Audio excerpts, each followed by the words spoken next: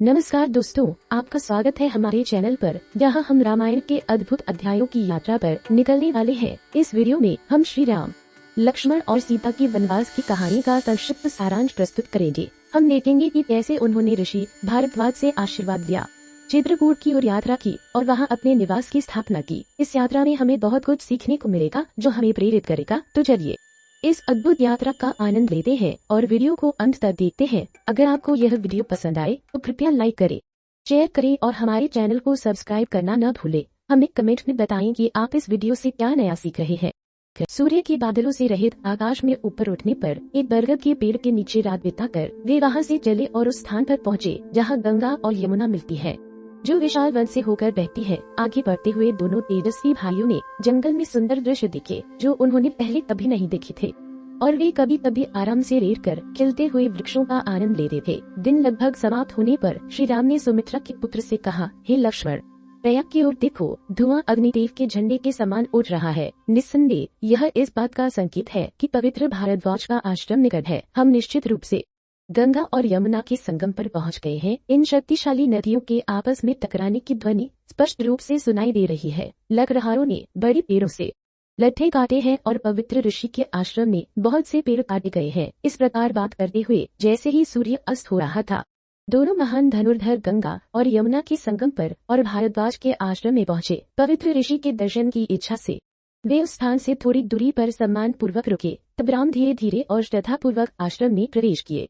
वहां उन्होंने महान संकल्पों वाले सर्वज्ञ ऋषि भारद्वाज को देखा, जिन्होंने पवित्र अनुशासन से काल को जीता था। अपने शिष्यों से घिरे हुए पवित्र अग्नि में आहुति देते हुए उन्होंने ऋषि को देखा और राम ने सीता और लक्ष्मण के साथ उन्हें प्रणाम किया। राम ने कहा, हे पूज्य और शक्तिशाली ऋषि, हम राजा दशरथ के पुत्र राम और लक्ष्मण हैं, और यह मेरी पत्नी विदेहराज की पुत्री है। यह भाग्यशाली मुझे इस एकांत तपोवन में अनुसरण कर रही है। मेरे राजसी पिता ने मुझे वनवास भेजा है, और सुमित्रा के पुत्र मेरे छोटे भाई, जो मुझे सदैव प्रिय है, ब्रह्मचर्य का व्रत लेकर मेरे पीछे आए हैं। हे पूज्य प्रभु, अपने पिता की आज्ञाओं का पालन करते हुए हम पवित्र वन में प्रवेश करेंगे और धर्म का पालन करते हुए कंदमूल पर जीवन यापन करेंगे। धर्मात्मा ऋषि भारद्वाज ने राजकुमार राम के वचन सुनकर उन्हें अर्घ्य के साथ मधुपर्क और पैर धोने के लिए जल प्रदान किया। उसके बाद उन्हें विभिन्न कंदूर और फल दिए। तब पवित्र ऋषि ने उनके लिए एक विश्राम स्थल तैयार किया। महर्षि भारद्वाज हिरणों और पक्षियों के बीच बैठे हुए इस प्रकार राम का सम्मान किया, उनका कुशल क्षेम पूछा। महान ऋषि का सत्कार पाकर राम ने उनसे कहे गए वचनों पर विचार किया है। राजकुमार, मैं आपको बहुत समय बाद देख रहा हूँ। मैंने सुना है कि आपको बिना किसी कारण के वनवास दिया गया था, इस पवित्र और रमणीय स्थान पर जहाँ दो महान नदियाँ मिलती हैं। आप सहजता और शांति से रहिए। श्री राम, जो सदैव सबका भला चाहते थे, ने उत्तर दिया, है प्रभु, आपका आश्रम मनुष्यों के निवास स्थान के निकट है और बहुत से लोग सीता और मुझे देखने के लिए यहाँ आएंगे, इसलिए मैं यहाँ ठहरना उचित नहीं समझता। हे पूज्यवर, आप मुझे किसी एकांत स्थान के बारे में सूचित करें जहां जनक की पुत्री सीता सुखपूर्वक रह सके। मृदु स्वर में श्री भारद्वाज ने उत्तर दिया, है पुत्र, यहाँ से 10 मील दूर एक पर्वत है जो वहाँ निवास करने वाले कई ऋषियों की उपस्थिति से पवित्र हुआ है। सुंदर और देखने में सुखद है, आप वहीं रहे। बंदर, भालू और वनमानुष वहाँ स्वतंत्र रूप से घूमते हैं। वह पर्वत चित्रकूट है जो गंधमादन के समान रमणीय है। चित्रकूट के शिखरों को देखने वाले आध्यात्मिक पुण्य प्राप्त करते हैं, उनके मन में कोई पाप नहीं आता और वहाँ रहकर वे दिव्य पुरस्कार जीतते हैं। कई ऋषियों ने वहाँ हजारों वर्षों तक तपस्या करके अपने शरीर सहित स्वर्ग में प्रवेश किया है। हे राम, यह सुंदर स्थान आपके लिए उपयुक्त निवास स्थान है। मैं समझता हूँ यदि आप मेरे साथ यहाँ तब तक नहीं रहेंगे जब तक आपका वनवास काल समाप्त न हो जाए। इस प्रकार भारद्वाज ने राम का सीता और लक्ष्मण के साथ सम्मान किया और उन्हें उनके शाही पद के कारण हर प्रकार का आतिथ्य प्रदान किया। तो प्रयाग में महान ऋषि के आश्रम में राम ने रात प्राचीन काल की बातों में व्यतीत की। थकान से मुक्त होकर श्री राम ने लक्ष्मण और सीता के साथ पवित्र आश्रम में रात सुखपूर्वक बिताई। जब सुबह हुई, श्री रामचंद्र ने तपस्या से तेजस्वी हुए महान ऋषि के पास जाकर उनसे इस प्रकार कहा, हे सत्य के प्रति समर्पित, हमने आपकी कुटिया में रात सुखपूर्वक बिताई है। अब हमें आपके द्वारा बताए गए स्थान पर जाने की अनुमति प्रदान करें। श्री भारद्वाज ने तब उत्तर दिया, हे राम, शहद, कंद और फलों से भरपूर आपके निवास के योग्य पेड़ों से ढके और स्वर्गीय प्राणियों की निवास स्थान चित्रकूट पर्वत के लिए प्रस्थान करें। वहाँ मोर रोते हैं और शक्तिशाली गज घूमते हैं। तो उस पवित्र स्थान पर जाएं जो सुखद है और फलों और फूलों से भरा है। और जहाँ हाथी और हिरण वनों में घूमते हैं, वहाँ झरनों और झरनों, पर्वत ढलानों और शांत गुफाओं के पास सीता के साथ रहते हुए आपका मन प्रसन्नता पाएगा। हे राम, आप उस ऊंचे और सुंदर पर्वत पर निवास करने के लिए प्रस्थान करें, जो हाथियों और विभिन्न वन्य पशुओं से भरा है, जहाँ टिटटिब और कोकिला गाते हैं। अपने शत्रुओं पर विजय पाने वाले श्री राम और लक्ष्मण ने प्रयाग में रात बिताकर ऋषि को प्रणाम किया और चित्रकूट की ओर बढ़ चले। उनके प्रस्थान पर श्री भारद्वाज ने उन्हें वैसे ही आशीर्वाद दिया जैसे एक पिता अपने पुत्र को देता है, और सत्य के क्षेत्र के उस नायक राम को संबोधित करते हुए बोले है, महापुरुष, नदियों की संगम से पश्चिम की ओर बढ़ते हुए शीघ्रगामी गंगा में मिलने वाली यमुना के तट पर आपको एक पुरानी नौका मिलेगी। आप एक ऐसी छड़ी के सहारे धारा को पार करें जिसकी दोनों सिरों पर एक उल्टा घड़ा लटका हो। दूसरी ओर आपको एक विशाल हरे पत्तों वाला बरगद का पेड़ दिखाई देगा, जो कई अन्य पेड़ों से घिरा होगा। इस पेड़ के पत्ते गहरे हरे रंग के हैं और यह सिद्धों द्वारा अक्सर देखा जाता है। उस स्थान पर पहुंचकर आप जानकी के साथ अपनी वैध इच्छाओं की पूर्ति के लिए प्रार्थना करें। वहां थोड़ी देर विश्राम करें, फिर उसके आगे बढ़े। 1 मील की दूरी पर नीरवन पहुंचने पर वहां कई साग जामुन और बद्री के पेड़ दिखाई देते हैं। वही चित्रकूट का मार्ग है और मैंने उस पथ पर अक्सर यात्रा की है। यह सुंदर है और कांटों से मुक्त है और वहाँ जंगल की आग का कोई खतरा नहीं है। श्री राम को रास्ता बताने के बाद ऋषि अपने आश्रम लौट आए। संत को प्रणाम करके श्री राम ने विदा ली और लक्ष्मण से कहा, हे लक्ष्मण, निश्चित रूप से हम भाग्यशाली हैं कि पवित्र ऋषि ने हमारे साथ इतनी कृपा की है। इस प्रकार बातें करते हुए दोनों राजकुमार आगे बढ़े। श्री सीता उनके आगे चल रही थी और शीघ्रगामी यमुना के तट पर आ पहुंचे। तब वे विचार करने लगे कि उन्हें इसे कैसे पार करना चाहिए, और कुछ लकड़ी एकत्र करके एक पेड़ा बनाया। सूखे बांस की लंबी लकड़ियों को एक साथ बांधकर और बीच के खाली स्थानों को कुछ घास से भरकर फिर लक्ष्मण ने जामुन ने और बेंत के पेड़ों की शाखाएं बिछाकर सीता के लिए एक आरामदायक आसन बनाया। श्री सीता अपने प्रभु श्री राम का हाथ लज्जापूर्वक पकड़े हुए थी। श्री राम ने अपनी प्रिया को उनके वस्त्रों और आभूषणों के साथ बेड़े पर बैठाया। तत्पश्चात कुल्हाड़ियों और हिरण की खास से ढके हुए बक्से को, जिसमें उनके हथियार थे, वहां रखकर दोनों भाई तैरने लगे। बीच धारा में पहुंचकर श्री सीता ने सिर झुकाकर पवित्र नदी से प्रार्थना की, हे देवी, हमें आपको पार करने के लिए क्षमा करें। कृपा करें कि मेरे प्रभु बिना किसी बाधा के अपनी प्रतिज्ञा पूरी कर सके। जब मैं लौटूंगी तो आपको प्रसन्न करने के लिए मैदान में 1000 गाय भेंट करूंगी। फिर उन्होंने हाथ जोड़कर कहा, इक्ष्वाकु कुल के स्वामी शांतिपूर्वक राजधानी लौटे। सूर्य की तीव्र पुत्री लहरदार यमुना को पार करके वे उसके दक्षिणी तट पर पहुंचे। वहां बेड़ा छोड़कर वे जंगल और नदी के किनारे में प्रवेश कर गए और घनी छाया वाले अंजीर के पेड़ के पास आए। श्री सीता ने कहा, हे शक्तिशाली वृक्ष, मैं आपको प्रणाम करती हूँ।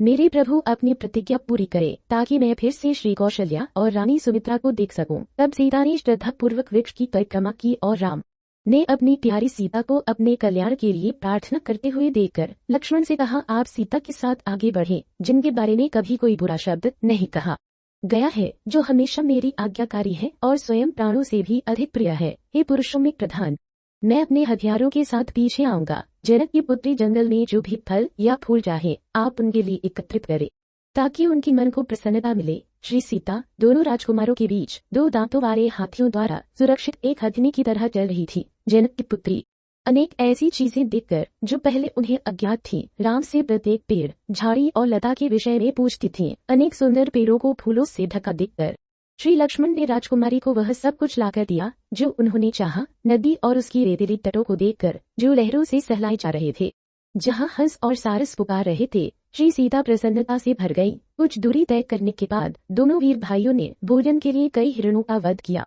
फिर सीता के साथ मोरों की पुकारों से गूंजते हुए और हाथियों तथा बंदरों से भरे सुंदर जंगल से गुजरे। एक मनभावन और सुरक्षित स्थान को देखकर जो सीता को पसंद आया, वे वहाँ बिना किसी भय के ठहर गए। रात बीत जाने पर श्री राम ने धीरे से जागकर सोते हुए लक्ष्मण को जगाया और उनसे बोले, हे लक्ष्मण, यहाँ तोते, कोयल, मैना और अन्य पक्षी कितने सुंदर लग रहे हैं जो सुनाई दे रहे हैं। हे परंतप, यह हमारी यात्रा जारी रखने का समय है। हे राजकुमार, चलो यहाँ से चले। श्री लक्ष्मण ने नींद त्याग दी, अपनी तंद्रा को दूर किया और तरोताजा होकर उठे। उन सभी ने उठकर यमुना नदी में स्नान किया और अपनी प्रातःकालीन प्रार्थनाएं की। फिर पलाश वन से होते हुए वे पवित्र ऋषि द्वारा बताए गए चित्रकूट की ओर बढ़े। लक्ष्मण के साथ चलते हुए राम ने अब कमल नेत्री सीता से कहा, है विद्याराज की पुत्री, देखो कैसे वसंत ऋतु ने पलाश के वृक्षों को सुगंधित फूलों से सजा दिया है। ये गहरी लाल फूल अग्नि के समान चमक रही हैं और शाखाएं फूलों से ऐसे सजी हैं जैसे मालाओं से सुशोभित हों। बिल के वृक्षों पर कितनी प्रचुर मात्रा में फूल किले हैं जिन्हें मनुष्य छू भी नहीं सकते हैं क्योंकि वे उनके पास नहीं पहुंच पाते। यहाँ हम आसानी से भोजन इकट्ठा कर सकते हैं। देखो हे लक्ष्मण, पेड़ों पर लटकी हुई मधुमक्खी के छत्ते कम से कम एक द्रोण के आकार के हैं जो मधुमक्खियों से ढके हुए हैं। जल पक्षी कितना मनमोहक गीत गा रहा है और मोर अपनी पुकार से उत्तर दे रहा है। और देखो, पृथ्वी आधे फूलों से ढकी हुई है। यहाँ चित्रकूट के ऊंचे शिखर है जहाँ अनगिनत पक्षी गाते हैं और हाथियों के झुंड घूमते हैं। चित्रकूट पर कहीं पेड़ों के झुरमुटों के बीच एक समतल भूमि अवश्य होगी, एक शुद्ध और निर्मल स्थान जहाँ हम रहेंगे। दोनों भाई सीता के साथ इस प्रकार बातें करते हुए चित्रकूट के सुखद और मनमोहक पर्वत पर पहुँचे। उस स्थान पर आकर जहाँ कई प्रकार के पक्षी थे, विभिन्न जड़ों और सुखद फलों से भरपूर और प्रिय पारदर्शी सरोवर थे। राम ने लक्ष्मण से कहा, हे प्रिय भाई, यह पहाड़ी कितनी सुखद है जो छायादार वृक्षों, लताओं और कई प्रकार के फलों से ढकी हुई है, रमणीय प्रतीत हो रही है। और जहाँ हम बिना किसी बाधा के रह सकते हैं। वन के भीतर कई ऋषि निवास करते हैं।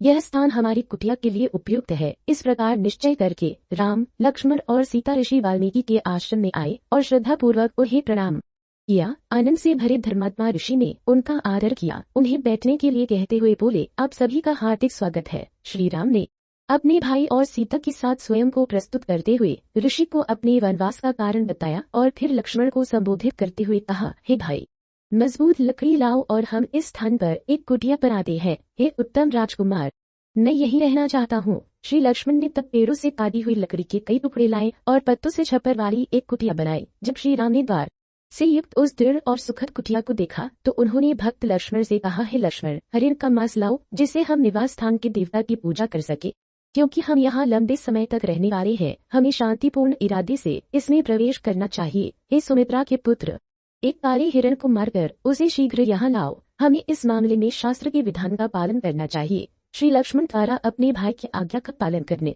के बाद राम ने कहा, अब मांस पकाओ और हम उसे यज्ञ के रूप में अर्पित करेंगे। शीघ्रता करो हे भाई, यह शुभ घड़ी है। सुमित्रा के यशस्वी पुत्र ने एक काले हिरण को मारा और उसे अग्नि में भूना। जब वह पक गया और उसका रक्त निकल गया तो लक्ष्मण ने राघव से कहा, हे देवतुल्य, मैंने काले हिरण का मांस तैयार कर लिया है। अब देवता को प्रसन्न करने के लिए यज्ञ करे। स्नान करने के बाद मौन प्रार्थना और यज्ञ में निपुण धर्मात्मा और तेजस्वी राम ने पवित्र ग्रंथों का पाठ किया, देवताओं को प्रणाम किया, फिर प्रसन्न हृदय से कुटिया में प्रवेश किया। निवास स्थान की शुद्धि के लिए रुद्र और विष्णु की पूजा करने के बाद उन्होंने शांति पाठ और अन्य शांतिदायक प्रार्थनाएं पढ़ी। जब करते हुए और नदी में स्नान करते हुए उन्होंने पापों के प्रायश्चित के लिए आहुतियां दी। उन्होंने फिर विभिन्न देवताओं की पूजा के लिए 8 दिशाओं में वेदी स्थापित की और फूलों, मालाओं, फलों, पके हुए मांस और वैदिक मंत्रों के पाठ से तत्वों के अधिष्ठाता देवताओं को प्रसन्न करते हुए वे सीता के साथ हवा से सुरक्षित एक उपयुक्त स्थान पर स्थापित पत्तों से छाई हुई रमणीय कुटिया में प्रवेश किया। श्री राम शांत इंद्रियों वाले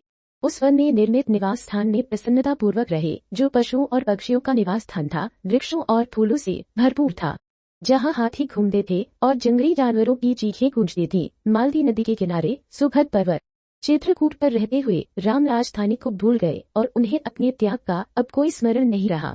राम से बिछुड़कर गुहा दुख से भर उठे थे। सारथी से देर तक बात करते हुए उन्होंने श्री राम को दक्षिणी तट पर पहुंचते हुए देखा और फिर घर की ओर मुड़ गए। सुमंत्र ने श्रृंगवेरपुरा के लोगों से श्री राम के प्रयाग पहुंचने, ऋषि भारद्वाज से उनके मिलने और उनके निवास तथा चित्रकूट की ओर उनकी यात्रा के बारे में पूरी तरह सुनकर गुहा को विदा किया और अपने घोड़ों को रथ से जोड़कर दुखी हृदय से अयोध्या के लिए प्रस्थान किया। फूलों से लदे वनों से तेजी से गुजरते हुए और नदियों, तालाबों, गांवों तथा नगरों को देखते हुए वे तीसरे दिन की शाम को अयोध्या के पीड़ित नगर में पहुंचे। शांत नगर को देखकर उन्होंने सोचा, क्या यह नगर अपने सम्राट, पुरुषों, हाथियों और घोड़ों सहित श्री राम से बिछुड़ने के कारण हुए दुख की अग्नि में भस्म हो गया है। इस प्रकार सोचते हुए अपने तेजी से चलते हुए रथ में सुमंत्र भीतरी नगर के द्वार पर पहुंचे और उसने प्रवेश किया। वहां अनगिनत लोग रथ की ओर दौड़े और उसे घेर कर चिल्लाए, श्री राम कहाँ है, श्री राम कहाँ है। और सुमंत्र ने उत्तर दिया, गंगा के तट पर पहुंचकर धर्मात्मा श्री राम ने मुझे लौटने का आदेश दिया, इसलिए मैं आ गया हूँ। तब लोगों ने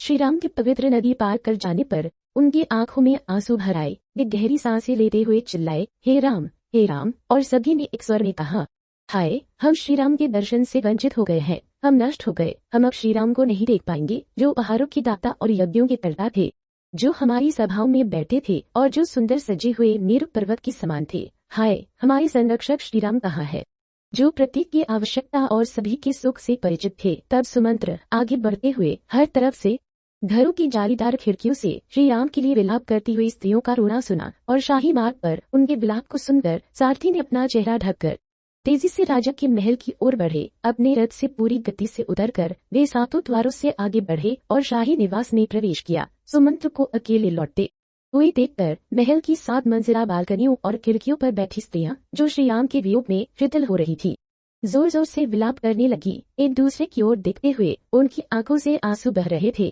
टूटे हुए शब्दों में उन्होंने अपने दुख को व्यक्त किया। उन्होंने राजा दशरथ की रानियों का दुर्बल विलाप भी सुना। वे कह रही थी, सुमंत्र जो श्रीराम के साथ गए थे और अकेले लौटे हैं, पीड़ित रानी कौशल्या से क्या कहेंगे। निश्चय ही मानव आत्मा आनंद से अधिक आसानी से पीड़ा और चिंता सहती है, क्योंकि रानी कौशल्या श्री राम से अलग होकर भी जीवित है। रानियों के वचन सुनकर और दुख से दबे हुए सुमंत्र ने राजा के निवास में प्रवेश किया और 8वें द्वार से गुजरकर श्वेत कक्ष में अपने पुत्र के कारण दुख से व्याकुल और क्षीण हुए दयनीय राजा को दिखा। वहां बैठे राजा के पास जाकर सुमंत्र ने उन्हें प्रणाम करके श्रीराम द्वारा सौंपा गया संदेश दिया। राजा ने उसे मौन रहकर सुना। उनका मन पीड़ा और दुख से विचलित था और वे पृथ्वी पर अचेत होकर गिर पड़े। रानियों ने राजा को मूर्छित देखकर उन्हें अपनी भुजाओं में उठा लिया और आंसुओं से भिगो दिया। कौशल्या और सुमित्रा ने घिरे हुए सम्राट को जमीन से उठाते हुए उनसे कहा, हे सौभाग्यशाली, आप श्रीराम के दूत को उत्तर क्यों नहीं देते, जिन्होंने अपना कठिन कार्य पूरा कर लिया है। हे राजा, श्रीराम को निर्वासित करके अब आप क्यों लज्जित है? उठिए, इस व्यथा का कोई कारण नहीं है। हे प्रभु, महारानी कैकेयी यहाँ नहीं है, जिनके डर से आप सुमंत्र को संबोधित करने की हिम्मत नहीं करते, बिना डर के बोलिए। राजा को इस प्रकार समझाते हुए रानी कौशल्या अपने दुख के कारण कंठ अवरुद्ध होने से अचेत हो गई। राज दरबार की स्त्रियां और अन्य रानियां कौशल्या को जमीन पर विलाप करते हुए देखकर जोर जोर से रोने लगी। तब अयोध्या के सभी लोग, बूढ़े और जवान, नहर के भीतरी कक्षों से विलाप सुनकर विलाप करने लगे, जैसे उस दिन हुआ था जब श्री राम नगर छोड़ कर गए थे।